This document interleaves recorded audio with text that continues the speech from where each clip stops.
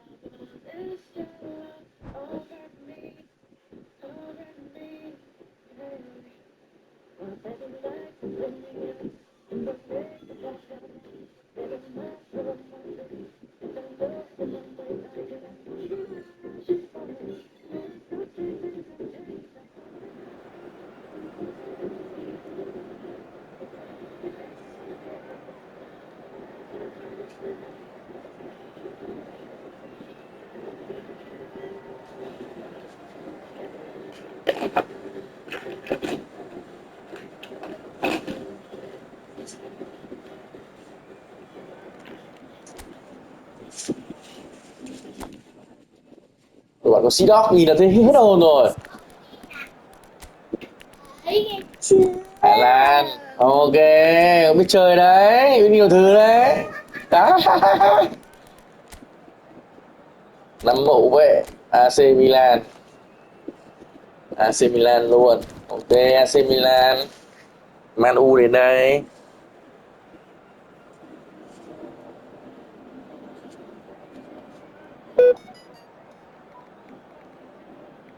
Em tìm đối thứ mấy, mấy giờ? Em tìm đối thứ mấy và mấy giờ?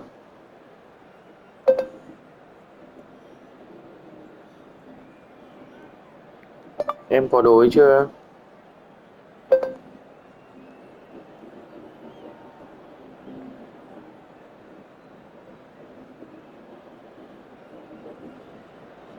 The noise is just about reaching a crescendo here as these two sides get ready to lock horns. This is football at its Anh finest. 200k như mọi lần nhé.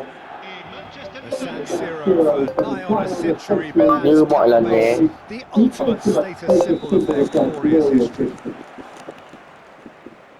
Things already rolling. Tưởng là Well, đánh following the pack, đầu. Jim, it Tưởng là does nhà feel luôn. fairly defensively oriented, this formation. Well, you could say it's a lineup that's all about creating positive transitions. The lack of width in midfield with just three in there makes the role of the fullbacks more crucial, or Ôi cái wing gì đấy? backs. You Luchi. have to have them constantly push Cái up, gì cái gì? forcing opposition to Cái push gì? back and giving your Mẹ team game của Mỹ a à? little more freedom. Easier said than done. That's right, but it does work very well, Ôi provided you game have the Mỹ right quá. players to pull it off. Game Mỹ tràn nhập cảnh. Well read, nice interception. Passes coming off in quick succession here. Ôi nhìn thơm quá như một mít đấy anh Haaland em. really Lag thật. was Rồi lag rồi game fortunate play there mới. because he was Game play mới given đó the chuối chín. opportunity to turn. Trời ơi. Cái gì đấy?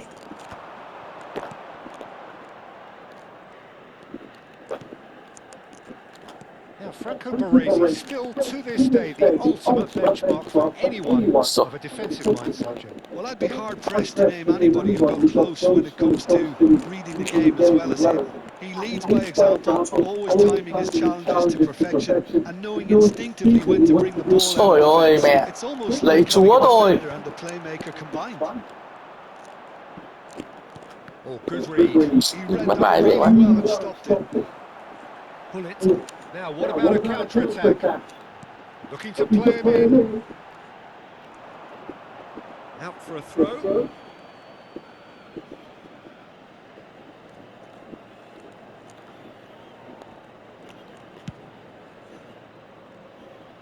Still goalless at the moment.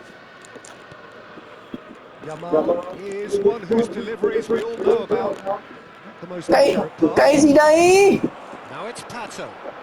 Sợ thật mẹ game mới biết. The utilisation of space. It's a shot!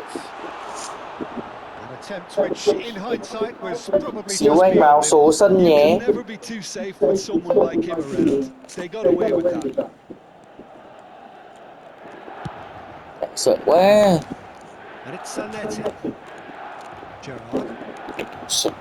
tries to pass it through. Chậm lại để chờ thì vẫn kịp. Great ball, and he's in here. Shot at goal! Chịu. Goal! Milan! Chậm lại để chờ thì mất nhịp. And we Nhanh thì have trượt. level!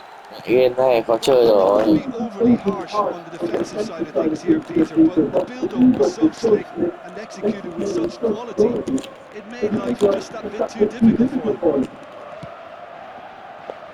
Milan have penetrated for the first time. Yeah, but I think they all know too well that things are far from done here, and while there's never a good time to be caught out, you definitely don't want it to be now. Pullet looking for the chance to skim one in from range. Manchester United are behind here despite their domination of possession. That is Ôi good mẹ như bố với preciousness, con but it vậy. ended him off it. Mẹ nó chia đấu ra mà kinh vậy. Well, he's going to be disappointed with that. Eze, Không hiểu được nó biết kiểu gì mẹ. EZ coi như phế. Shevchenko. Sợ vãi cả lúa các cầu thủ Konami. Found support out wide. Cơ. Oh, good effort. Đủ. Firm header just off target, and he did so well to get himself there. What a good effort.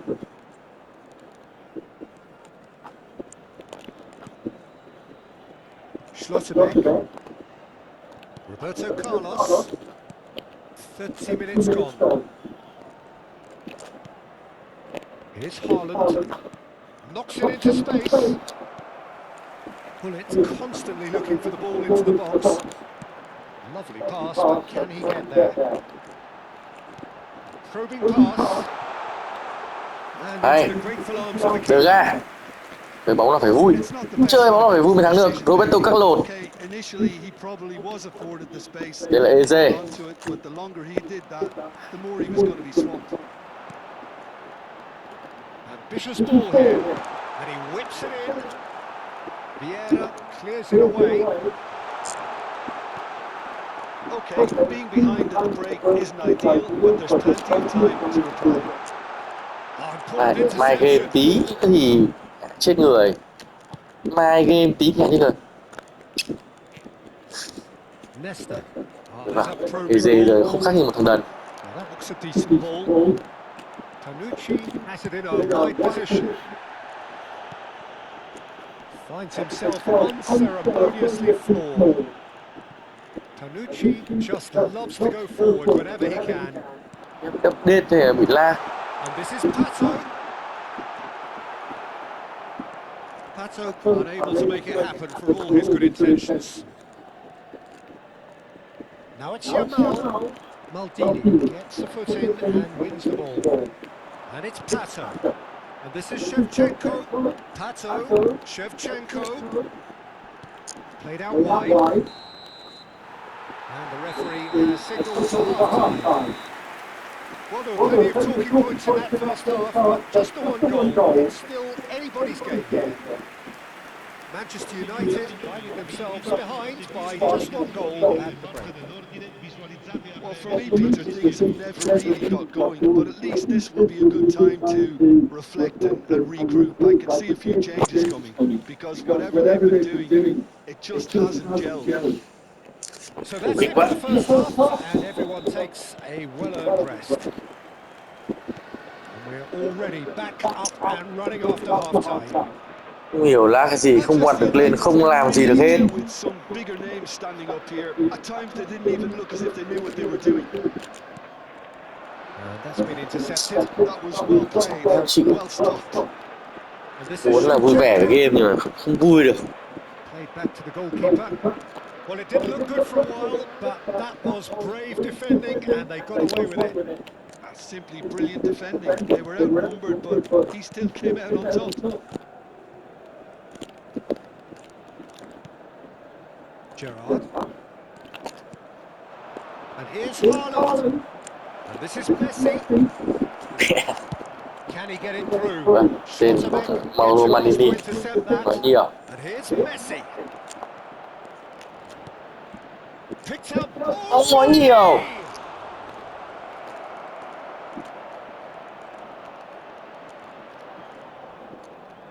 Phải cứt. Now it's Roberto Carlos. Eze powering forward here. Pull it. And that could send him on his way. He's found a way through. Gì đấy? Yeah, he's pulled Có him under game that kìa. challenge. Thật thế.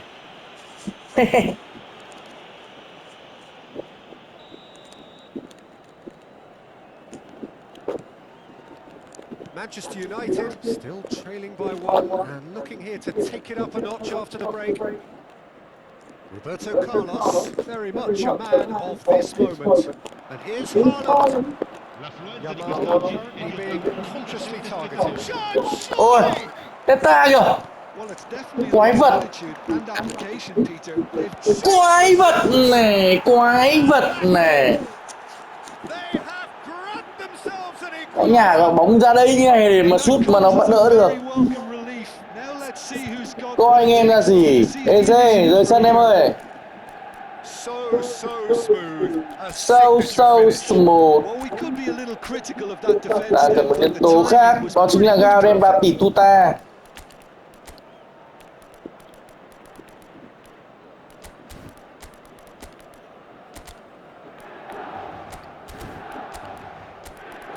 Rồi, cho hai thanh niên chạy về. Chạy lên chạy về cho khỏe mệt.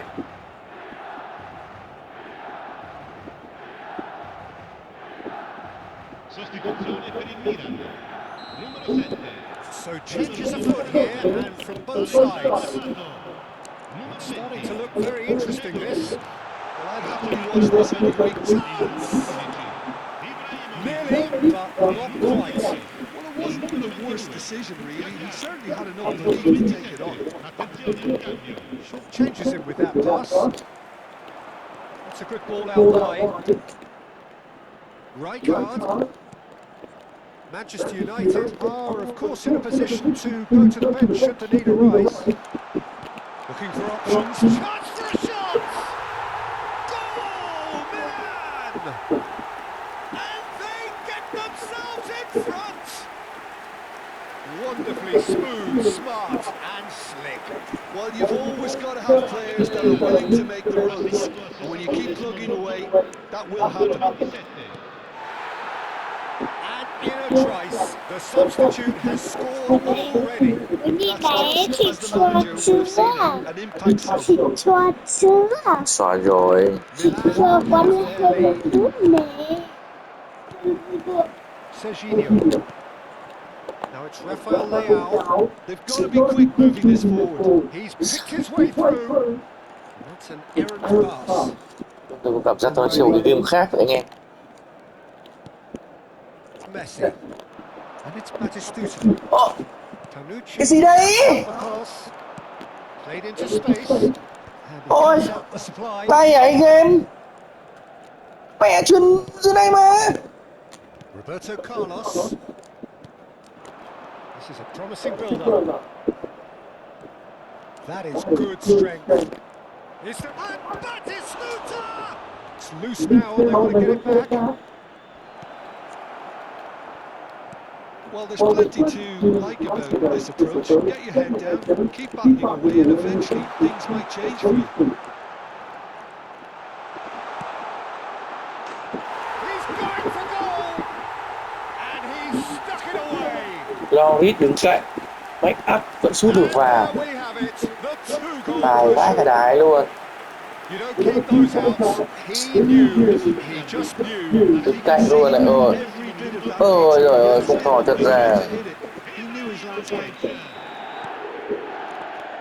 Well, that has changed the dynamic somewhat. Chịu To rồi. be expected, Peter. They've gone and stepped it up. Something they've been threatening to do and will continue to do by the looks of it. Milan do have a chance to counter here. Oh, that's fabulous. Kaká! Kaka made it all look so Chịu simple rồi, đá before he cái liền invites máy mà all thua his đấy own chịu. complications. Ơi, Yamal. tôi không biết gì hết nha. It's Roberto Carlos. Oh, it's Batistuta. Oh, lovely feed. He is such a good mover. And this is Messi. Real chance! And no mistake. As simple as you like. The outcome utterly inevitable. Yeah, keeping calm and taking a touch like that when it's all going on around you isn't always that easy, but he made it look like a dawdle. Finishing it off was quite simple after that. Just one in it now. Well, they'll just be praying that one more chance falls their way before the whistle Đi goes. thôi, giật gót kìa. Nhưng mà nó có Well, skin that giật just gót rồi seems it mà. really can only do one thing now, Peter. Get the ball up front, make sure it sticks, and sustain some pressure.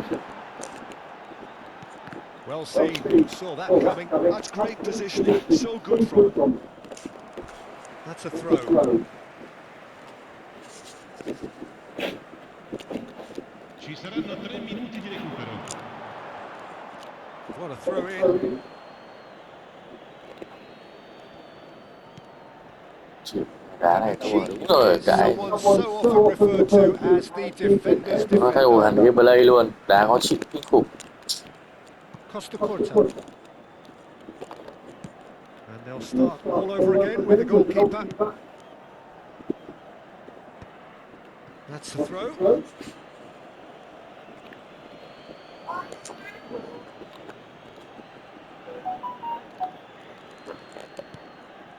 Now it's Mbappe. Cleared away. And there goes the final whistle. A game of margins, of thrills, the sort of game that is a great advertisement for our sport.